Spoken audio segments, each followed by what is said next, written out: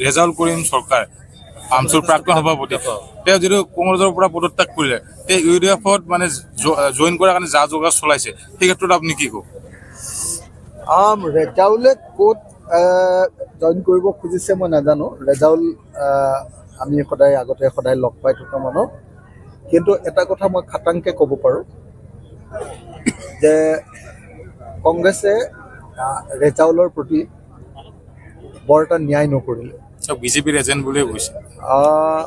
সেইটোতো মই নাজানো বিজেপিৰ এজেণ্ট হয় নে নহয়, তেওঁৰ ক্ষেত্ৰত অন্যায় হৈছে সেইটো। কিন্তু মই এটা কথা জানো যে সংখ্যালঘু সমাজৰ পৰা এজন গুৰুত্বপূৰ্ণ প্ৰতিনিধি যেতিয়া গৈছিলে সেই মানুহজনক তেওঁলোকে সন্মান দি ৰখাটো দৰকাৰ আছিলে।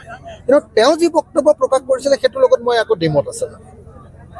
সেইদিনা মুখেদি যিখিনি কথা ক'লে সেইখিনিত মই দ্বিমত আছোঁ। মোৰ এইটোত কোনো সন্দেহ নাই দেই।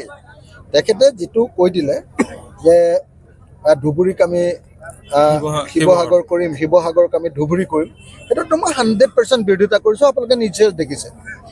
কিন্তু সেইটো ভুল নে, সেইটো তেওঁ ইচ্ছাকৃত নে অনিচ্ছাকৃত, সেইটোৰ ওপৰত বিচাৰ নকৰাকৈ, তদন্ত নকৰাকৈ তেওঁৰ ওপৰত যিধৰণে মানে প্ৰেচাৰ দিয়া হ'ল আৰু যিধৰণে পদত্যাগ কৰিবলৈ বাধ্য কৰোৱা হ'ল, মই ভাবোঁ সেইটো গণতান্ত্ৰিক নহয়। তেওঁক তেওঁৰ কথাখিনি দলৰ মজিয়াত ক'বলৈ দিয়াটো উচিত আছিলে, তেওঁক চৌকজ নটিচ কৰাটো উচিত আছিলে, তাৰপিছত তেওঁক ক'বলৈ দিব লাগিছিলে। আৰু তেওঁ যদি সঁচাকৈ ইচ্ছাকৃত নহয়, কেতিয়াবাতো আমাৰো ভুল হ'ব পাৰে না, আপোনাৰ ভুল নহ'ব নেকি? হিমন্ত বিশ্ব শৰ্মাইতো ডেইলি ভুল কৰি থাকে ন, হয়নে নহয় কওক? চব মানুহৰতো ভুল হয়। তেওঁ যদি সেইটো ভুল হৈছিলে তেওঁক এবাৰলৈতো ক্ষমা কৰিব লাগিছিলে। তেওঁ কিন্তু এতিয়া স্পষ্টীকৰণ দিছিলে, মানে তেওঁতো ক্ষমাও বিচাৰিছিলে ন। ক্ষমা বিচৰাৰ পাছত মই ভাবোঁ যে কংগ্ৰেছ দলৰ ভিতৰত এই বিষয়টোক লৈ তেওঁলোকৰ নিজৰ ভিতৰত মানে ৰাজহুৱা নকৰি কথাটো নিজৰ ভিতৰৰ কথাটো তেওঁলোকে ভালকে প্ৰথমতে কথাটো পাতি ল'ব লাগে। গৌৰৱ গগৈ কিন্তু সেই ক্ষেত্ৰত কোনো স্পষ্টীকৰণ নিদিলে সভাপতি হিচাপে। এইটো আপোনালোকে গৌৰৱ গগৈক সুধিব লাগে। গৌৰৱ গগৈ কথাটো মোৰ পৰা কেনেকৈ গম পাব?